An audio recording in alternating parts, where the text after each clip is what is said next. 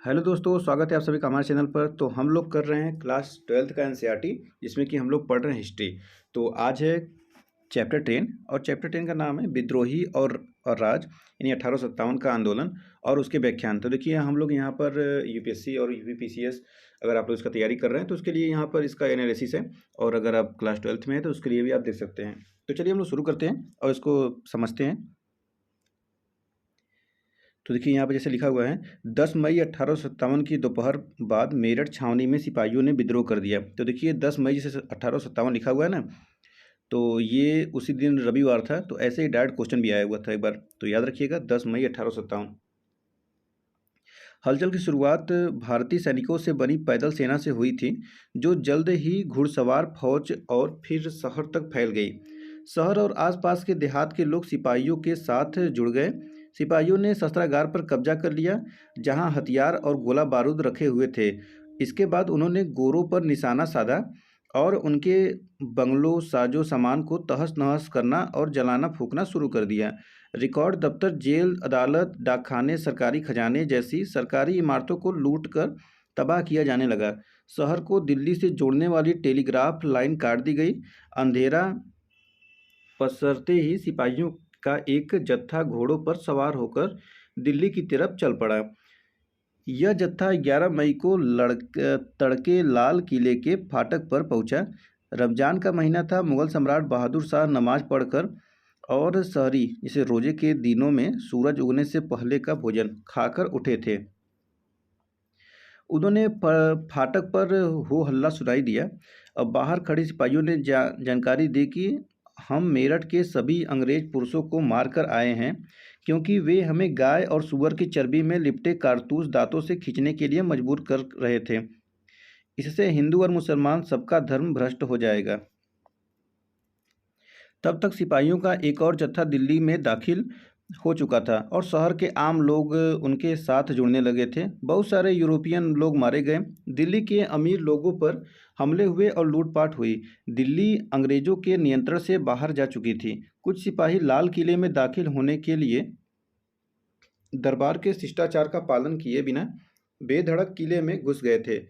उनकी मांग थी कि बादशाह उन्हें अपनी आशीर्वाद दें। सिपाहियों से घिरे बहादुर शाह के पास उनकी बात मानने के अलावा और कोई चारा न था। इस तरह इस विद्रोह ने एक वैधता हासिल कर ली, क्योंकि अब उसे मुगल बादशाह के नाम पर चलाया जा सकता था।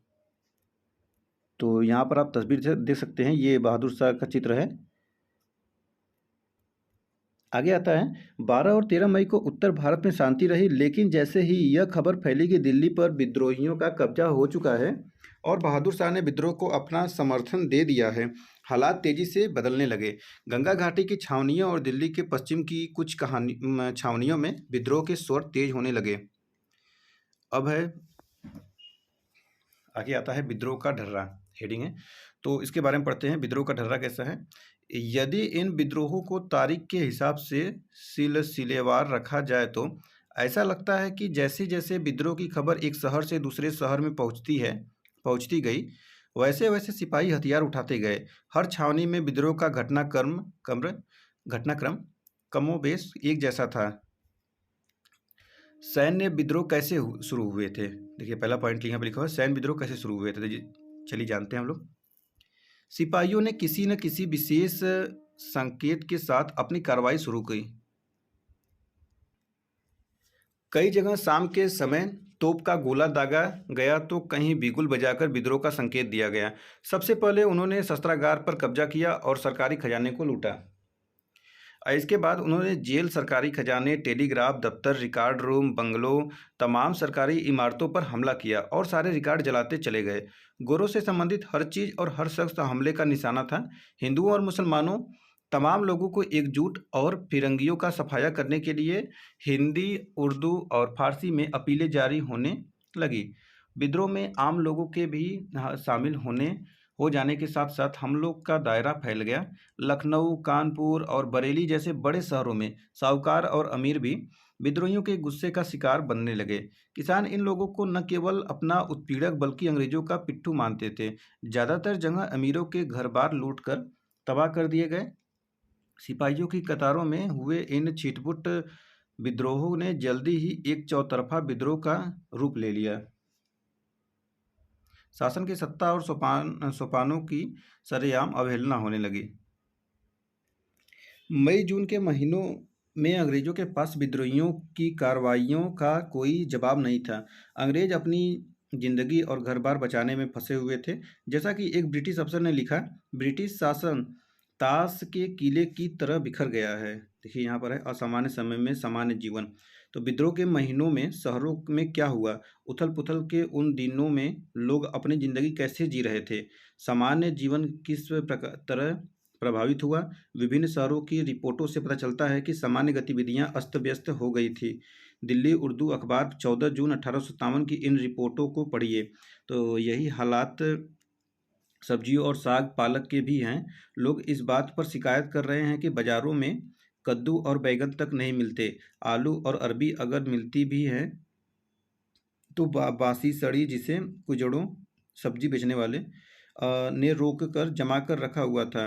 शहर में स्थित बाग बगीचे से कुछ माल चंद इलाकों तक पहुंच जाता है, लेकिन गरीब और मध्य वर्ग वाले उन्हें देखकर बस ऑटो पर जीभ फिरा कर रह जाते हैं, क्योंकि वे चीज़ें खास लोगों के लिए ही है। यहाँ एक और चीज़ पर भी ध्यान दिया जाना चाहिए, जिससे लोगों को बड़ा नुकसान हो रहा है। मामला यह है कि पानी भरने वालों ने पानी भरना बंद कर दिया है। गरीब सुरफा यानी शरीफ लोग खुद घड़ों में पानी भरकर लाते हैं और तब जाकर घर में खाना बनता है। हलाल खोर हराम खोर हो गए हैं। कई दिनों से बहुत सारे मोहल्लों में कोई आमदनी नहीं हुई है, और यही हालात बने रहे तो गंदगी, मौत और बीमारियां शहर की आबो हवा खराब कर देगी और शहर महामारी की गिरफ्त में आ जाएगा। यहाँ तक कि आसपास के इलाके भी उसकी चपेट में आ जाएंगे। तो देखिए यहाँ पर दूसरा पॉइंट है, संचार के माध्यम क्या थे। तो अलग अलग स्थानों पर विद्रोह के ढर्रे में समानता की वजह आंशिक रूप से उसकी योजना और समन्वय में निहित थी। इसमें कोई शक नहीं कि विभिन्न छावनियों के सिपाहियों के बीच अच्छा संचार बना हुआ था।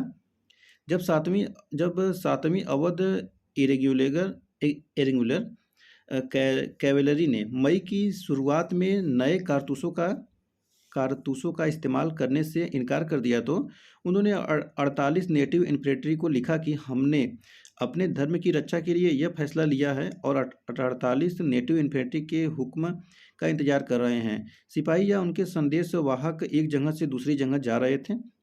लबो-लुआब ये कि लोग बस बगावत के मंसूबे गढ़ रहे थे और उसी के बारे में बात कर रहे थे। विद्रोहों की बनावट और जिन साक्ष्यों के आधार पर ऐसा लगता है कि इन विद्रोहों में एक योजना और समन्वय था, उनको देखकर कुछ अहम सवाल खड़े होते हैं। ये योजनाएं कैसे बनाई गई, योजनाकार कौन थे? मौजूदा दस्तावेजों के आधार पर इन सवालों के सीधे सीधे जवाब देना कठिन है।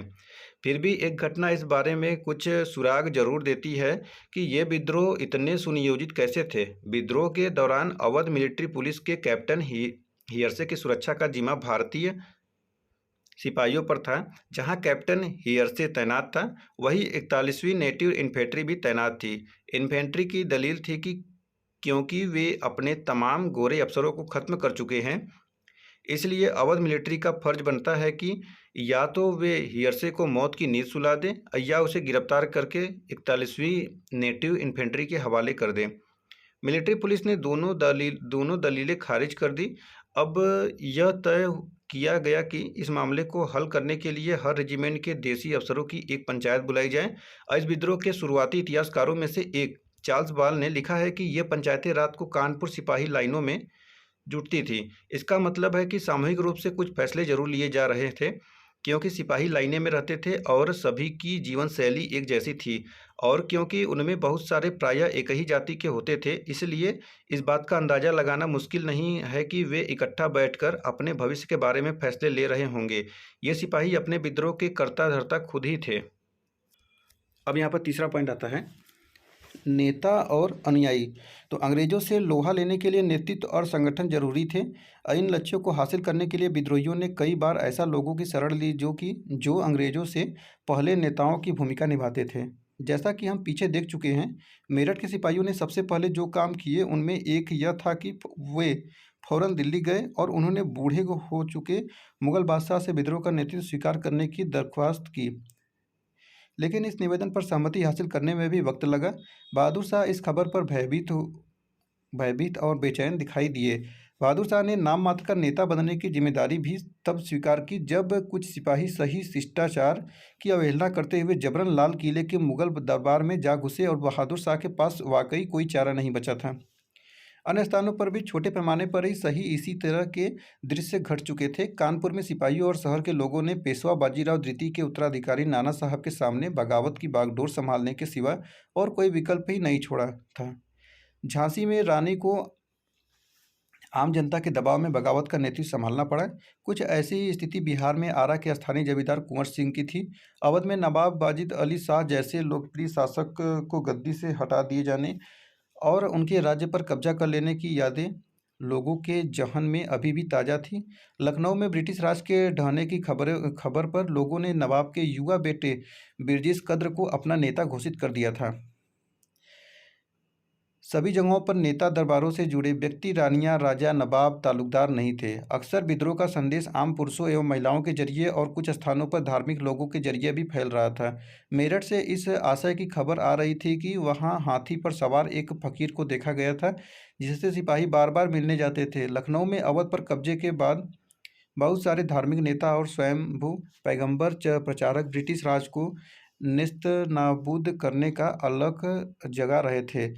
अन्य स्थानों पर किसानों, जमींदारों और आदिवासियों को विद्रोह के लिए उकसाते हुए कई स्थानीय नेता सामने आ चुके थे। शाहमल ने उत्तर प्रदेश में बड़ौद परगना के गांव वालों को संगठित किया। छोटा नागपुर स्थित सिंहभूम के एक आदिवासी काश्तकार गोनू ने इलाके के कोल आदिवासियों का नेतृत्व संभाला हुआ था।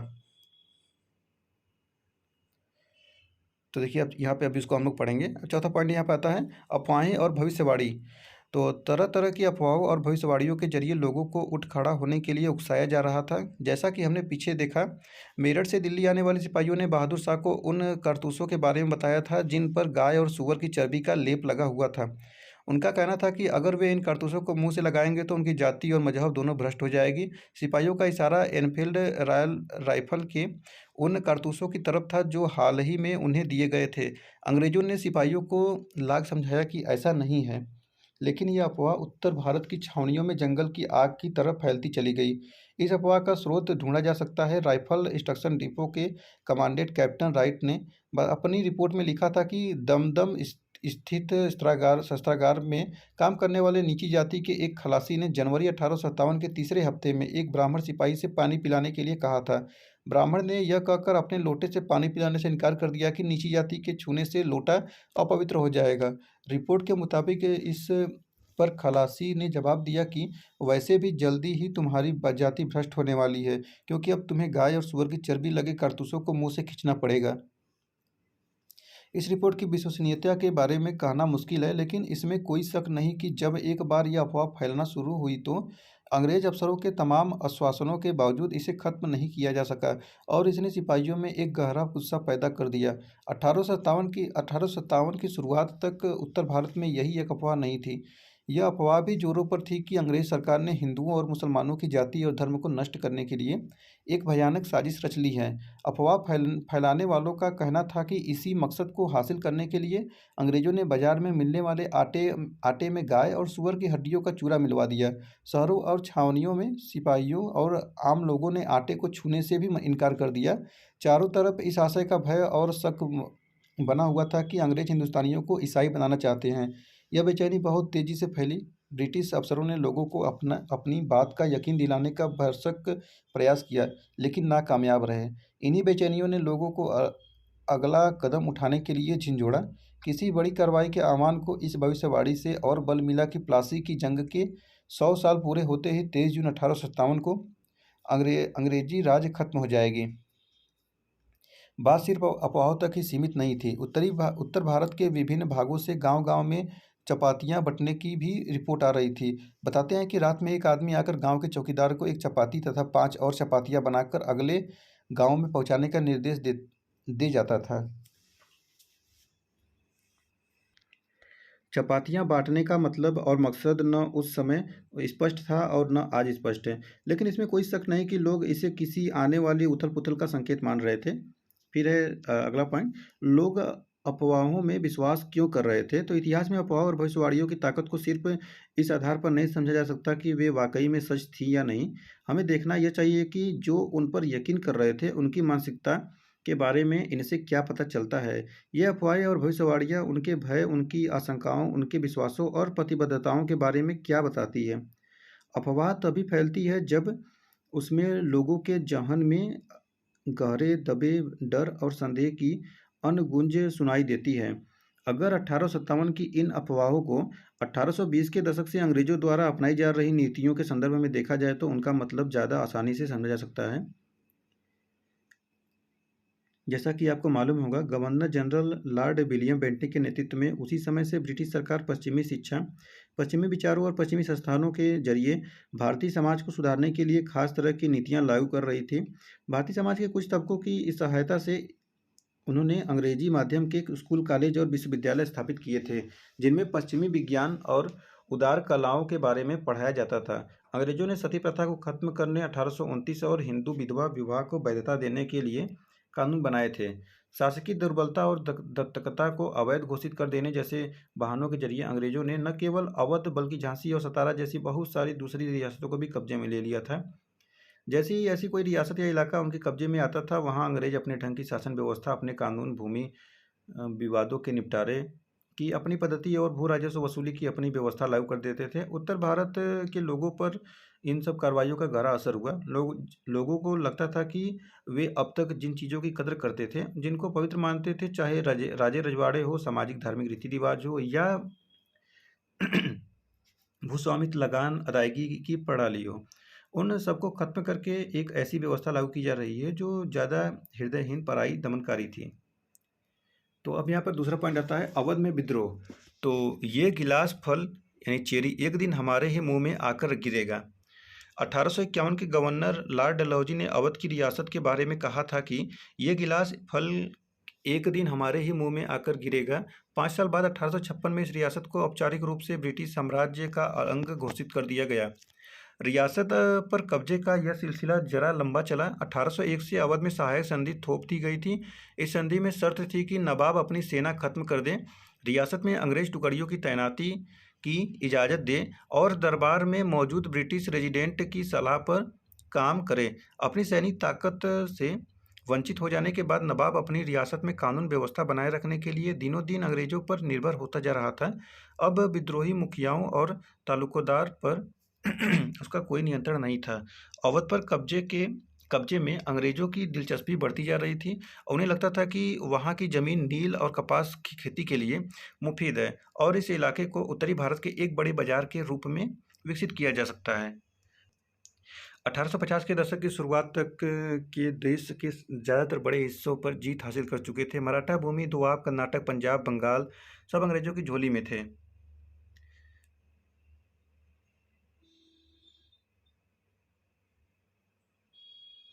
तकरीबन एक सदी पहले बंगाल पर जीत के साथ शुरू हुई क्षेत्रीय विस्तार की यह प्रक्रिया 1856 के अवध के अधिग्रहण के साथ मुकम्मल हो जाने वाली थी। दूसरा पॉइंट है देर से जान जा चुकी थी। तो लॉर्ड डलहौजी द्वारा किए गए इस अधिग्रहण से तमाम इलाकों और रियासतों में गहरा असंतोष था, लेकिन इतना गुस्सा कहीं नहीं था जैसा कि उत्तर भारत की शान कहे जाने वाले अवध की रियासत में था। यहाँ के नवाब वाजिद अली शाह को यह कहते हुए गद्दी से हटाकर कलकत्ता निष्कासित कर दिया गया था कि वह अच्छी तरह शासन नहीं चला रहे थे। ब्रिटिश सरकार ने यह निराधार निष्कर्ष भी निकाल लिया कि वाजिद अली शाह लोकप्रिय नहीं थे, मगर सच यह है कि लोग उन्हें दिल से चाहते थे। जब वे अपने प्यारे लखनऊ से विदा ले रहे थे तो बहुत सारे लोग विलाप करते हुए कानपुर तक उनके पीछे गए थे। नवाब से निष्कासन से पैदा हुए दुख और अपमान के इस व्यापक एहसास को उस समय के बहुत सारे प्रेक्षकों ने दर्ज किया है। एक ने लिखा है था, देह से जान जा चुकी थी, शहर की काया बेजान थी। कोई सड़क, कोई बाजार और घर ऐसा न था जहाँ से जान ए आलम से बिछड़ने पर विलाप का शोर न गूंज रहा हो। एक लोकगीत में इस बात पर शोक व्यक्त किया गया कि अंग्रेज बहादुर आइन मुल्क लई लिन्हो। इस भावनात्मक उथल-पुथल को भौतिक क्षति के एहसास से और बल मिला। नवाब को हटाए जाने से दरबार और उसकी संस्कृति भी खत्म हो गई।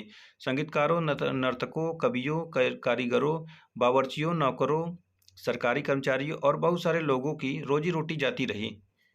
देखिए यहाँ पर ये अवध के एक जमींदार हैं, इनका चित्र है। तो फिरंगी राज का आना और एक दुनिया का खात्मा। तो अवध में विभिन्न प्रकार की पीड़ाओं ने राजकुमारों, तालुकदारों, किसानों और सिपाहियों को एक दूसरे से जोड़ दिया था और वे सभी फिरंगी राज के आगमन को विभिन्न अर्थों में एक दुनिया की समाप्ति के रूप में देखने लगे थे। वे चीज़ें बिखर रही थी जो लोगों के लिए बहुमूल्य थी, जिनको वे प्यार करते थे। 1857 के विद्रोह में तमाम भावनाएं और मुद्दे, परंपराएं और निष्ठाएं अभिव्यक्त हो रही थी। बाकी जगहों के मुकाबले अवध में यह विद्रोह एक विदेशी शासन के खिलाफ लोक प्रतिरोध की अभिव्यक्ति बन गया था। अवध के अधिग्रहण से सिर्फ नवाब की ही गद्दी नहीं छीनी थी, इसने इलाके के तालुकदारों को भी लाचार कर दिया था। अवध के समूचे देहात में तालुकदारों की जागीरें और किले बिखरे हुए थे। ये लोग पीढ़ियों से अपने इलाके में ज़मीन और सत्ता पर नियंत्रण रखते आए थे। अंग्रेज़ों के आने से पहले तालुकदारों के पास हथियारबंद सिपाही होते थे और उनके अपने किले थे। अगर वे नवाब की संप्रभुता को स्वीकार कर ले और अपने तालुकदार का राजस्व चुकाते रहे तो उनके पास काफ़ी स्वायत्तता भी होती थी। कुछ बड़े तालुकदार के पास तो 12,000 पैदल सिपाही होते थे। छोटे मोटे तालुकदार के पास 200 सिपाहियों की टुकड़ी होती थी। अंग्रेज ने इन तालुकदारों की सत्ता को बर्दाश्त करने के लिए कतई तैयार नहीं थे। अधिग्रहण के फौरन बाद तालुकदारों की सेनाएं भंग कर दी गई, उनके दुर्ग ध्वस्त कर दिए गए। ब्रिटिश भू राजस्व नीति के तालुकदारों के हैसियत व सत्ता को और चोट पहुंचाई गई। अधिग्रहण के बाद 1856 में एक मुश्त बंदोबस्त के नाम से ब्रिटिश भू राजस्व व्यवस्था लागू कर दी गई। यह बंदोबस्त इस मान्यता पर आधारित था कि तालुकदार बिचौलिए थे जिनके पास जमीन का मालिकाना नहीं था। उन्होंने बल और धोखाधड़ी के जरिए अपना प्रभुत्व स्थापित किया हुआ था। एक मुश्त बंदोबस्त में तालुकदारों को उनकी जमीनों से बेदखल किया जाने लगा। आंकड़ों से पता चलता है कि अंग्रेजों के आने से पहले तालुकदारों के पास अवध के 67% गाँव थे। एक मुश्त बंदोबस्त के लागू होने के बाद यह संख्या घटकर 38% रह गई। दक्षिण अवध के तालुकदारों को सबसे बुरी मार पड़ी, कुछ के तो आधे से ज़्यादा गांव हाथ से जाते रहे। ब्रिटिश भू राजस्व अधिकारियों का मानना था कि तालुकदारों को हटाकर वे जमीन असली मालिकों के हाथ में सौंप देंगे, जिससे किसानों के शोषण में कमी आएगी और राजस्व वसूली में इजाफा होगा। किसानों वास्तव में ऐसा नहीं हुआ। भू राजस्व वसूली में जो इजाफा हुआ, लेकिन किसानों के बोझ में कमी नहीं आई। अधिकारियों को जल्द ही समझ में आने लगा कि अवध के बहुत सारे इलाके का मूल्य निर्धारण बहुत बढ़ा चढ़ाकर कर दिया गया था। कुछ स्थानों पर तो राजस्व मांग में 30 से 70% तक इजाफा हो गया था। यानी न तो तालुकदारों के पास और न ही काश्तकारों के पास इस अधिग्रहण पर खुशी जताने का कोई कारण था। तालुकदारों को इस सत्ता छीनने का नतीजा यह हुआ कि एक पूरी सामाजिक व्यवस्था भंग हो गई। निष्ठा और संरक्षण के जिन बंधनों से किसान तालुकदारों के साथ बंधे हुए थे वे अस्त व्यस्त हो गए। अंग्रेजों से पहले तालुकदार ही जनता का उत्पीड़न करते थे, लेकिन जनता की नज़र में बहुत सारे तालुकदार दयालु अभिभावक की छवि भी रखते थे।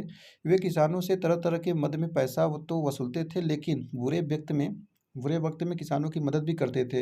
अब अंग्रेजों के राज में किसान मनमाने राजस्व आकलन और गैर लचीली राजस्व व्यवस्था के तहत बुरी तरह पिसने लगे थे। अब इस बात की कोई गारंटी नहीं थी कि कठिन वक्त में या फसल खराब हो जाने पर सरकार राजस्व मांग में कोई कमी करेगी या वसूली को कुछ समय के लिए टाल दी जाएगी। ना ही किसानों को इस बात की उम्मीद थी कि तीज त्योहारों पर कोई कर्जा और मदद मिल पाएगी जो पहले तालुकदारों से मिल जाती थी। अवध जिन इलाकों में 1857 के प्रतिरोध बेहद सघन और लंबा चला, वहाँ लड़ाई की बागडोर असल में तालुकदारों और उनके किसानों के ही हाथों में थी। बहुत सारे तालुकदार अवध के नवाब के प्रति निष्ठा रखते थे, इसलिए वे अंग्रेजों से लोहा लेने के लिए लखनऊ जाकर बेगम हजरत महल, नवाब की पत्नी के खेमे में शामिल हो गए।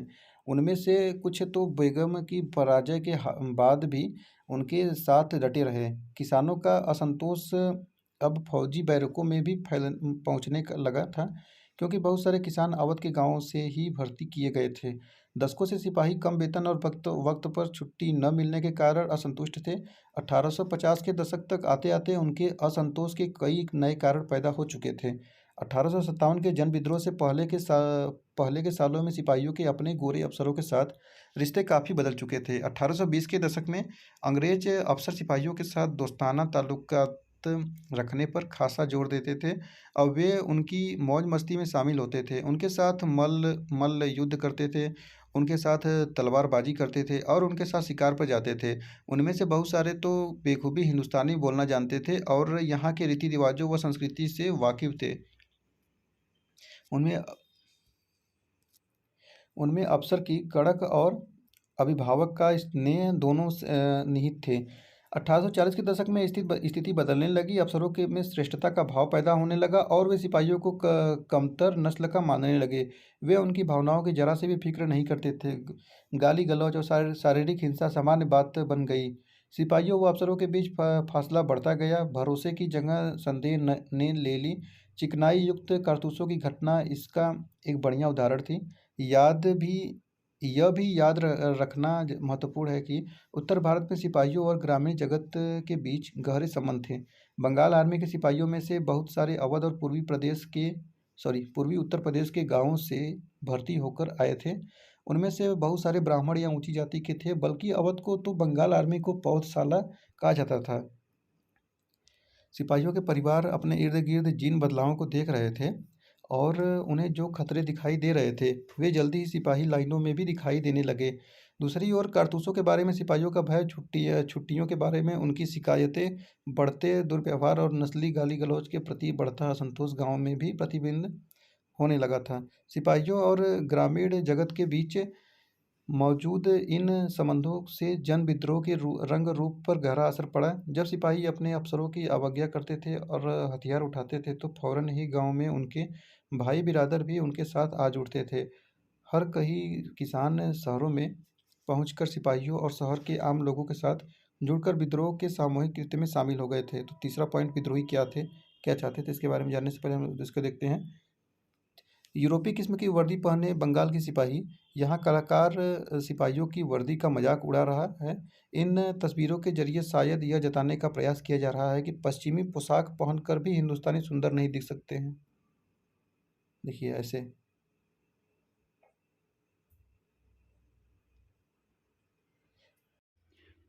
तो हम लोग आगे बढ़ते हैं और देखते हैं विद्रोही क्या चाहते थे। तीसरा पॉइंट है, विद्रोही क्या चाहते थे। तो बतौर विजेता कठिनाइयों, चुनौतियों और बहादुरी के बारे में अंग्रेज़ों की अपनी राय थी। वे विद्रोहियों को आसान फरामोश और बर्बर लोगों का झुंड मानते थे।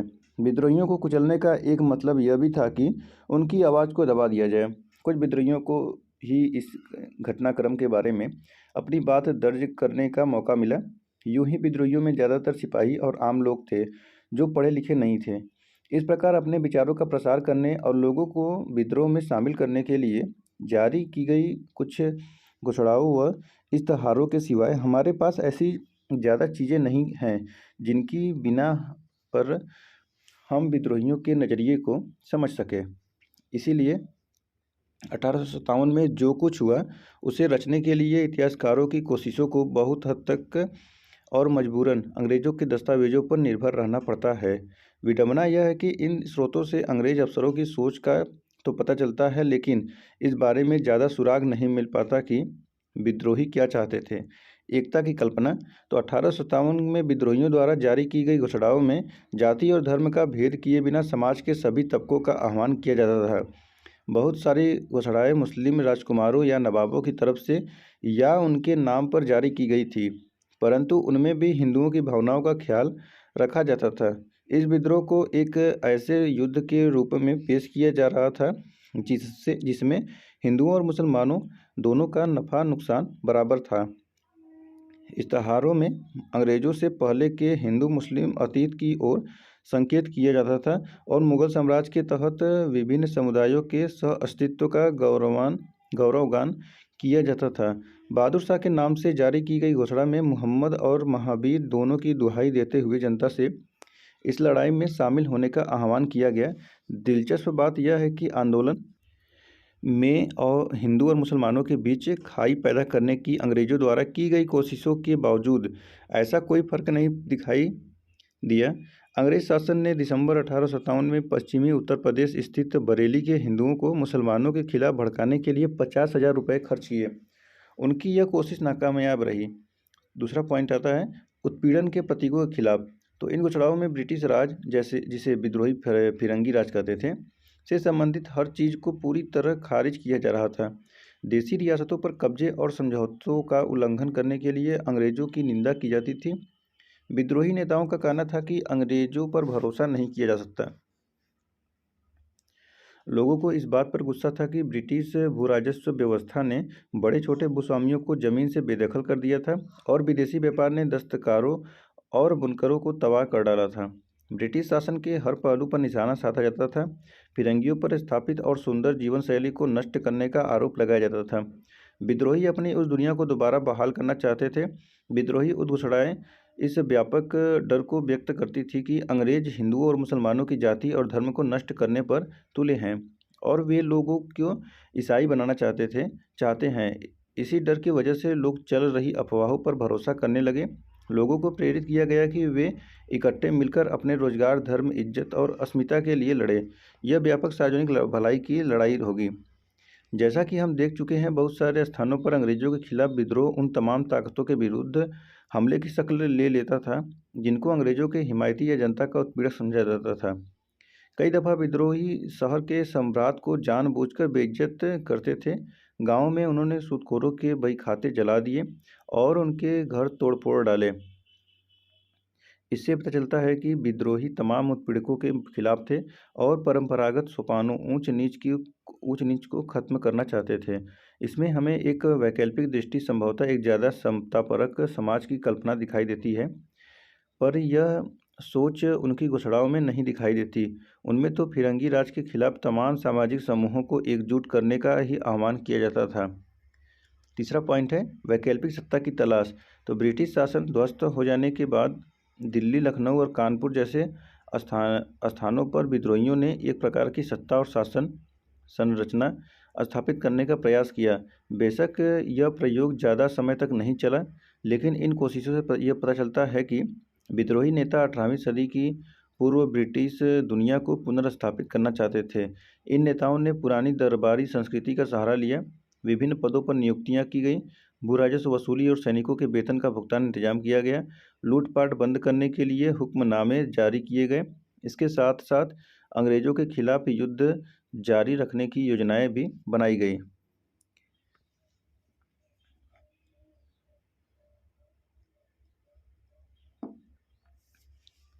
सेना की कमान श्रृंखला तय की गई। इन सारे प्रयासों में विद्रोही 18वीं सदी के मुगल जगत से ही प्रेरणा ले रहे थे। यह जगत उन तमाम चीज़ों का प्रतीक बन गया जो उनसे छीन चुकी थी। विद्रोहियों द्वारा स्थापित शासन संरचना का प्राथमिक उद्देश्य युद्ध जरूरतों को पूरा करना था, लेकिन ज़्यादातर मामलों में ये संरचनाएं अंग्रेजों की मार बर्दाश्त नहीं कर पाई। अवध में अंग्रेजों के खिलाफ प्रतिरोध सबसे लंबा चला। वहां लखनऊ दरबार द्वारा जवाबी हमले की योजनाएं बनाई जा रही थी और 1857 के आखिर तथा 1858 के शुरुआती महीनों तक हुक्म की श्रेणियां वजूद में थी। अब आता है चौथा पॉइंट, दमन। तो 1857 के बारे में हमारे पास जो भी विवरण मौजूद हैं, उनसे यह साफ हो जाता है कि इस विद्रोह को कुचलना अंग्रेजों के लिए बहुत आसान साबित नहीं हुआ। उत्तर भारत को दोबारा जीतने के लिए टुकड़ियों को रवाना करने से पहले अंग्रेजों ने उपद्रव शांत करने के लिए फौजियों की आसानी के लिए कई कानून पारित कर दिए थे।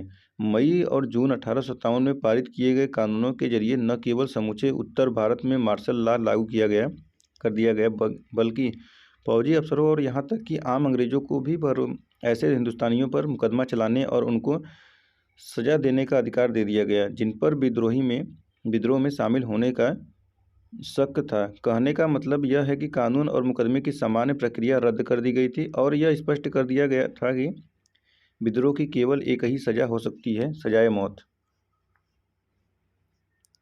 तो इन नए विशेष कानूनों और ब्रिटेन से मंगाई गई नई टुकड़ियों से लैस अंग्रेज सरकार ने विद्रोह को कुचलने का काम शुरू कर दिया। विद्रोहियों की तरह वे भी दिल्ली के सांकेतिक महत्व को बखूबी समझते थे, लिहाजा उन्होंने दो तरफा हमला बोल दिया। एक तरफ कलकत्ते से, दूसरी तरफ पंजाब से दिल्ली की तरफ कूच हुआ। हालांकि पंजाब कमोबेश शांत था। दिल्ली को कब्जे में लेने की अंग्रेजों की कोशिश जून 1857 में बड़े पैमाने पर शुरू हुई, लेकिन यह मुहिम सितंबर के आखिर में जाकर पूरी हो पाई। दोनों तरफ से जमकर हमले किए गए और दोनों पक्षों को भारी नुकसान उठाना पड़ा।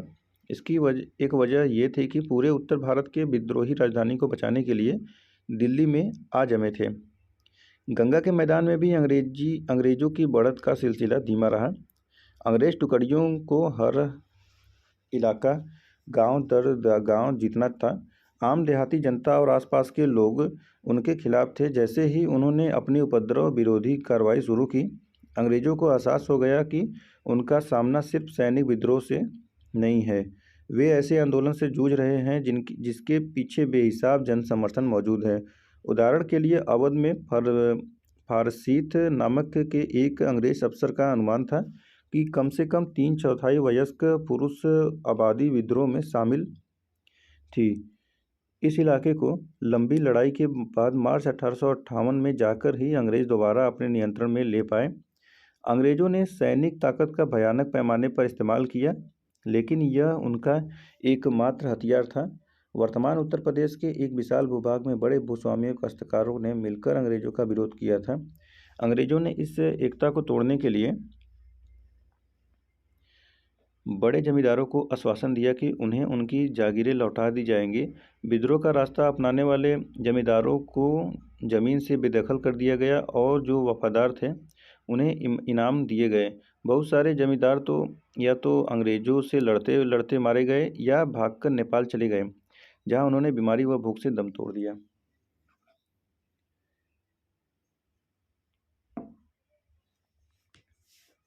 अब 5वां पॉइंट आता है विद्रोह की छवियां। हम इस विद्रोहियों की गतिविधियों और उन पर किए गए दमन के तरीकों के बारे में किस तरह जान सकते हैं। जैसा कि हम पीछे देख चुके हैं, विद्रोहियों की सोच के बारे में हमारे पास बहुत कम दस्तावेज मौजूद हैं। हमारे पास विद्रोहियों की कुछ घोषणाएं, अधिसूचनाएं तथा नेताओं के पत्र हैं, लेकिन अब तक ज़्यादातर इतिहासकार अंग्रेजों द्वारा लिखे गए दस्तावेजों की रोशनी में ही विद्रोहियों की कार्रवाइयों पर चर्चा करते आ रहे हैं। यह तो है ही कि इस बारे में सरकारी ब्यौरों की कमी नहीं है। औपनिवेशिक प्रशासक और फौजी अपनी चिट्ठियों, डायरियों, आत्मकथाओं और सरकारी इतिहासों में अपने अपने ब्यौरे दर्ज कर गए हैं। असंख्य मेमो और नोट्स परिस्थितियों के आकलन एवं विभिन्न रिपोर्टों के जरिए भी हम सरकारी सोच और अंग्रेजों के बदलते रवैये को समझ सकते हैं। आज इनमें से बहुत सारे दस्तावेजों को सैनिक विद्रोह रिकॉर्ड्स पर केंद्रित खंडों में संकलित किया जा चुका है।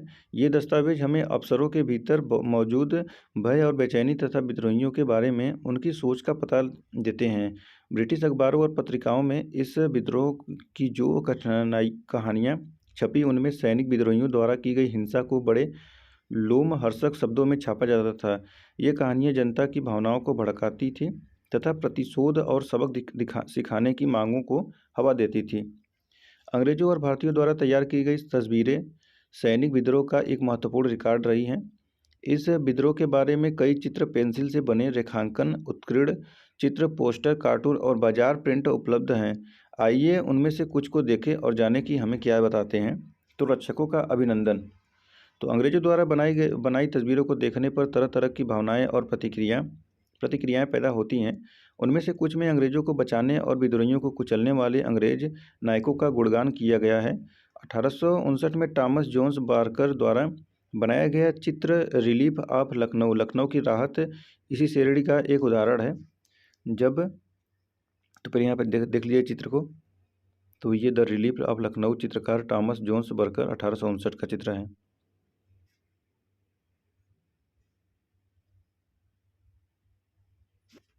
आगे बढ़ते हैं।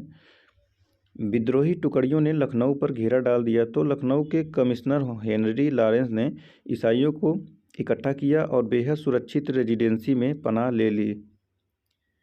बाद में लॉरेंस तो मारा गया, किंतु कर्नल इंग्लिश के नेतृत्व में रेजिडेंसी सुरक्षित रहा। 25 दिसंबर को जेम्स आटरम और हेनरी हेवलॉक वहां पहुंचे। उन्होंने विद्रोहियों को तितर बितर कर दिया और ब्रिटिश टुकड़ियों को नई मजबूती दी। 20 दिन बाद भारत में ब्रिटिश टुकड़ियों का नया कमांडर कॉलिन कैंपबेल भारी तादाद में सेना लेकर वहां पहुंचा और उसने ब्रिटिश रक्षक सेना को घेरे से छुड़ाया।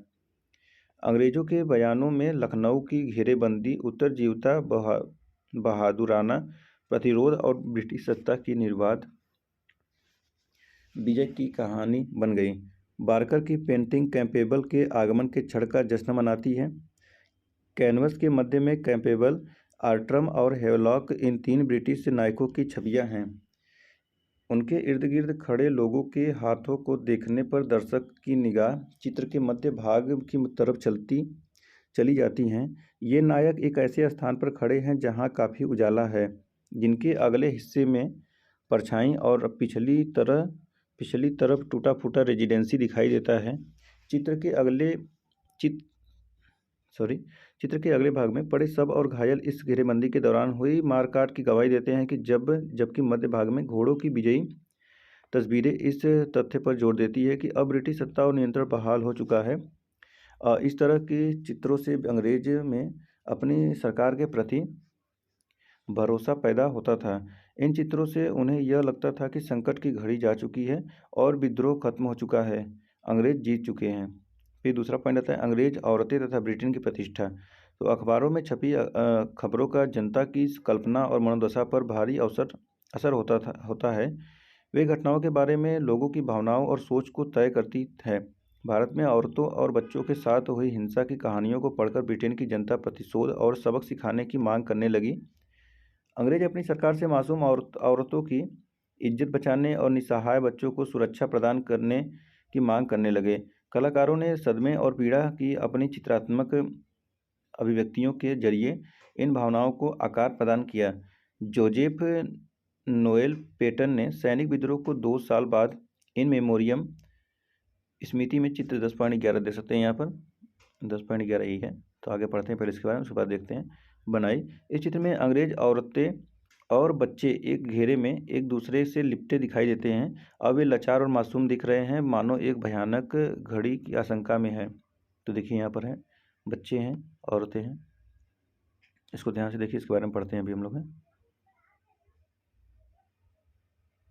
देखिए पीछे से वहाँ पे खिड़की से और दरवाजे से लोग देख भी रहे हैं।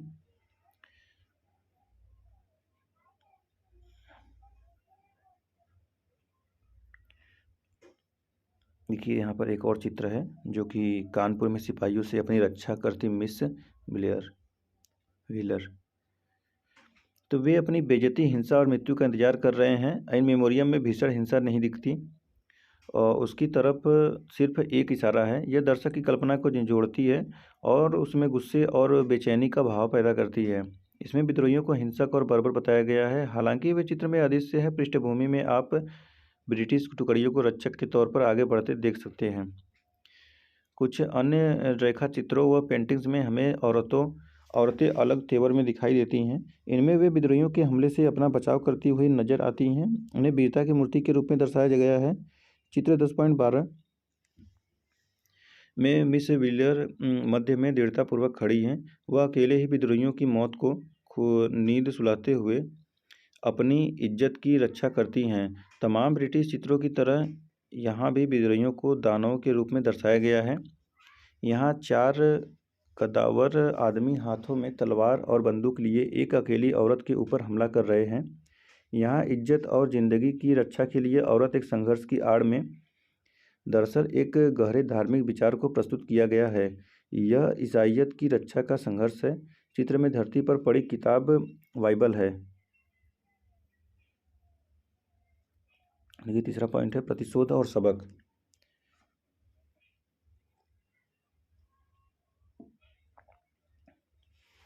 तो जैसे जैसे ब्रिटेन में गुस्से और सख्ते का माहौल बनता गया, बदले की मांग बुलंद होती गई। विद्रोह के सारे प्रकाशित चित्रों एवं खबरों ने ऐसा माहौल रच दिया जिसमें हिंसक दमन और प्रतिशोध को लाजमी और वाजिब माना जाने लगा। माहौल ऐसा था मानो न्याय के मूल्यों की रक्षा के लिए ब्रिटिश प्रतिष्ठा और सत्ता को दी जा रही चुनौती को निर्ममता से कुचलना जरूरी था। विद्रोह से आतंकित अंग्रेजों को लगता था कि उन्हें अपनी अपराजेयता का प्रदर्शन करना ही चाहिए। ऐसी ही एक तस्वीर चित्र पॉइंट 10.13 में देखिए यहाँ पर दिखाया गया है, में हमें न्याय की सकारात्मक स्त्री छवि दिखाई देती है। देखिए यहाँ पर स्त्री है ना, सबको मारते हुए तो है, जिसके एक हाथ में तलवार तो दूसरे हाथ में ढाल है, और उसकी मुद्रा आक्रामक है, और उसके चेहरे पर भयानक गुस्सा, बदला लेने की तड़प दिखाई देती है। वो सिपाहियों को अपने पैरों तले कुचल रही है, जबकि भारतीय औरतों और बच्चों को भीड़ भय से कांप रही है। इनके अलावा भी ब्रिटिश प्रेस असंख्य तस्वीरें और कार्टून थे जो निर्मम दमन और हिंसक प्रतिशोध की जरूरत पर जोर दे रहे थे। यहाँ भी चित्र देख लीजिए, इसके बारे में पढ़ते हैं हम लोग आगे। इसके बारे में किसी का चित्र ये देखिए पहले तो, execution of mutineers at Peshawar blowing from the guns. Peshawar में विद्रोहियों को मृत्युदंड तोप से उड़ाते हुए। इलस्ट्रेटेड लंदन न्यूज 3 अक्टूबर 1857 का ये है चित्र। तो यहाँ मृत्युदंड का एक दृश्य नाटक के रंगमंच जैसा दिखाई देता है। निर्मम सत्ता का नाट्य मंचन पूरे दृश्य पर वर्दियों में सजे घुड़सवार सैनिक और सिपाही हावी दिखाई देते हैं। उन्हें अपने साथी सिपाहियों की मृत्यु का दृश्य देखना है और विद्रोह के भयानक परिणामों को महसूस करना है। देखिए एक और यहाँ पर है, जो कि यहाँ पर ही मृत्युदंड के इस दृश्य में 12 विद्रोही एक कतार में लटके हुए हैं और चारों तरफ तोपें तैनात हैं। यह सामान्य दंड का दृश्य नहीं है, यह दहशत का प्रदर्शन है। लोगों को ये एहसास कराने की कोशिश की जा रही है कि सज़ा किसी बंद जगह पर नहीं बल्कि लोगों के बीच में भी दी जा सकती है। उसे खुले में नाटकीय ढंग से प्रस्तुत करना जरूरी था। देखिए, देख रहे हैं यहाँ पर कैसे वहाँ पर लटकाया गया, यहाँ पर कैसे यहाँ पर लटकाया गया है, और सबके सामने इसको फांसी देने वाले हैं।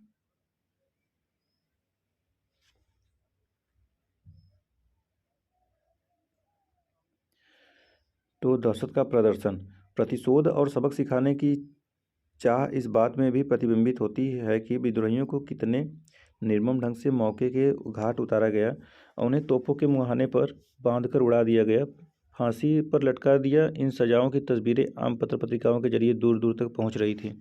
फिर 5वां पॉइंट आता है, दया के लिए कोई जगह नहीं है।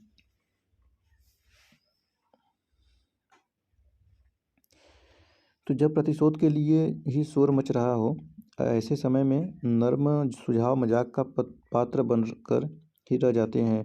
जब गवर्नर जनरल कैनिंग ने ऐलान किया कि नरमी और दया भाव से सिपाहियों की वफादारी हासिल करने में मदद मिलेगी, तो ब्रिटिश प्रेस में उसका मजाक उड़ाया गया।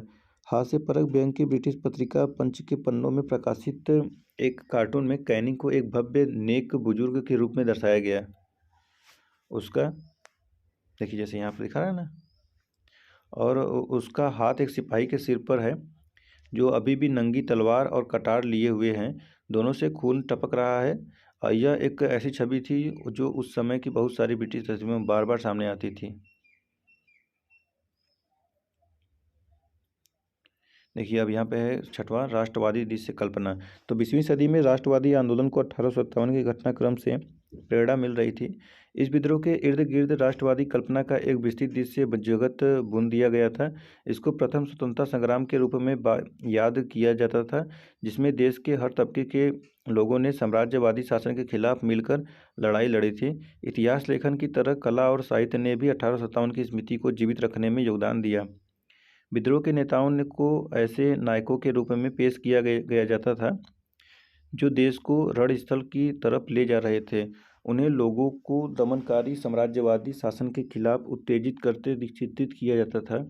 एक हाथ में घोड़े की रास तो दूसरे हाथ में तलवार थामे अपनी मातृभूमि की मुक्ति के लिए लड़ाई लड़ने वाली रानी के शौर्य का गौरवगान करते हुए कविताएं लिखी गई। रानी झांसी को एक ऐसी मर्दाना शख्सियत के रूप में चित्रित किया जाता था जो दुश्मनों का पीछा करते हुए और ब्रिटिश सिपाहियों को मौत की नींद सुलाते हुए आगे बढ़ रही हैं। देश के विभिन्न भागों में बच्चे सुभद्रा कुमारी चौहान की इन पंक्तियों को पढ़ते हुए बड़े हो रहे थे। खूब लड़ी मर्दानी वो तो झांसी वाली रानी थी। लोक छवियों में रानी लक्ष्मीबाई को प्रायः पोशाक में घोड़े पर सवार और एक हाथ में तलवार लिए दिखाया जाता है। अन्याय और विदेशी शासन के दृढ़ प्रतिरोध का प्रतीक इन तस्वीरों से पता चलता है कि उन्हें बनाने वाले चित्रकार इन घटनाओं को कैसे देखते थे, उनके एहसास क्या थे और वे क्या कहना चाहते थे। इन चित्रों और कार्टूनों के माध्यम से हम उस जनता के बारे में जान सकते हैं जो उन चित्रों की तारीफ या आलोचना करती थी, उनकी नकलों को खरीद कर घरों में सजाती थी। ये तस्वीरें केवल अपने समय की भावनाओं और एहसासों को ही प्रतिबिंबित नहीं कर रही थी, उन्होंने संवेदनाओं को भी शक्ल दी। ब्रिटेन में छप रहे चित्रों से उत्तेजित वहाँ की जनता विद्रोहियों को भयानक बर्बरता के साथ कुचल डालने के लिए आवाज़ उठा रही थी। दूसरी तरफ भारतीय राष्ट्रवादी चित्र हमारी राष्ट्रवादी कल्पना को निर्धारित करने में मदद कर रहे थे। तो देखिए यहाँ पर काल और रेखा पढ़ लीजिए, इस चैप्टर समाप्त हो चुका है। तो काल रेखा पढ़ते हैं हम लोग। 1801 में देखिए अवध में वेलिजली द्वारा सहायक संधि लागू की गई। 1856 में नवाब वाजिद अली शाह को गद्दी से हटाया गया, अवध का अधिग्रहण। 1856-57 में अंग्रेजों द्वारा अवध में एक मुश्त लगान बंदोबस्त लागू। 1857 10 मई मेरठ में सैनिक विद्रोह।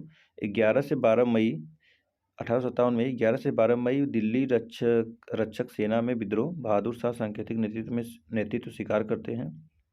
20 से 27 मई अलीगढ़, इटावा, मैनपुरी, एटा में सिपाही विद्रोह। 30 मई को लखनऊ में विद्रोह। मई जून सैनिक विद्रोह एक व्यापक जन विद्रोह में बदल जाता है।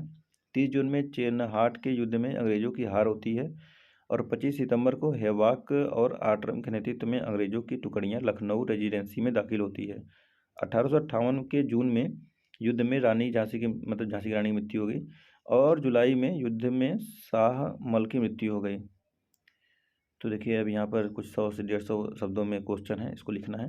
तो आगे जो हम लोग उसको छोड़े हुए हैं कुछ पॉइंट्स, उसको पढ़ते हैं।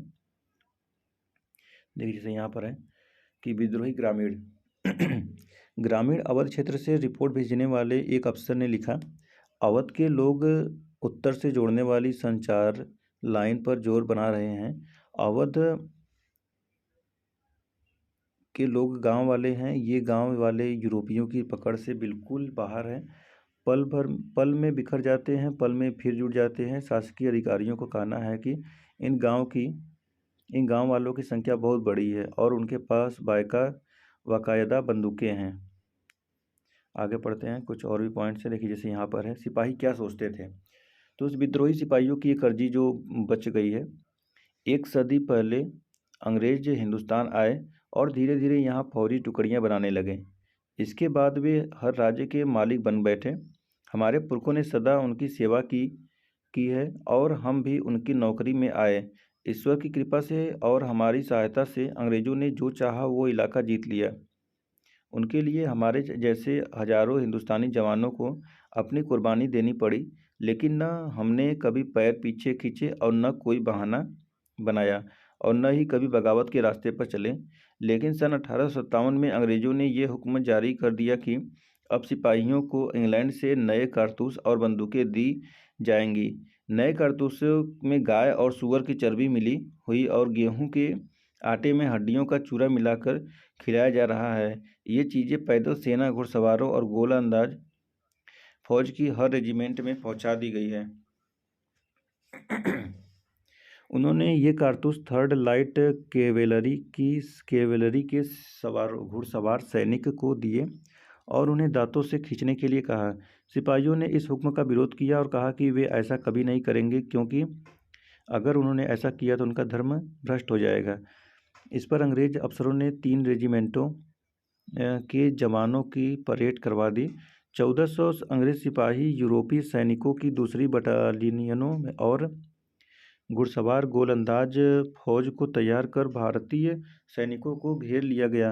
हर पैदल रेजिमेंट के सामने छर्रों से भरी 6 तोपें तैनात कर दी गई और 84 नए सिपाहियों को गिरफ्तार करके बेड़ियां डालकर जेल में बंद कर दिया गया। छावनी के सवारों को इसलिए जेल में डाला गया ताकि हम डर कर नए कारतूसों को दांतों से खींचने लगे।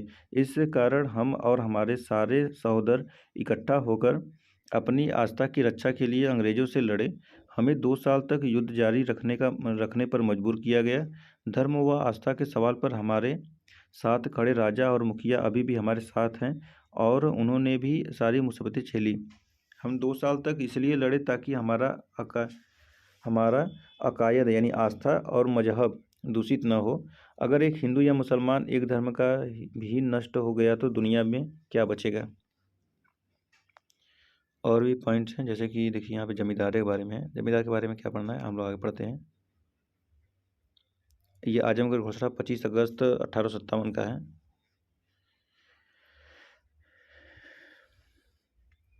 तालुदारों की सोच क्या थी इसके बारे में है। और यहाँ पर नवाब साहब जा चुके थे उसके बारे में है। तो देखिए ये ऐसे ही करते हुए ये चैप्टर भी समाप्त होता है। चैप्टर ये 10 था, विद्रोही और राज यानी 1857 का आंदोलन और उसके व्याख्यान। तो हम लोग कर रहे हैं क्लास 12 का एनसीईआरटी। तो देखिए इसमें आईएएस यूपीएससी का एनालिसिस होता है, तो आप लोग इसको पढ़िए लगातार। और अगर वीडियो पसंद आया तो वीडियो को लाइक करिएगा और चैनल को सब्सक्राइब भी कर लीजिएगा। फिर मिलते हैं नेक्स्ट वीडियो में। धन्यवाद।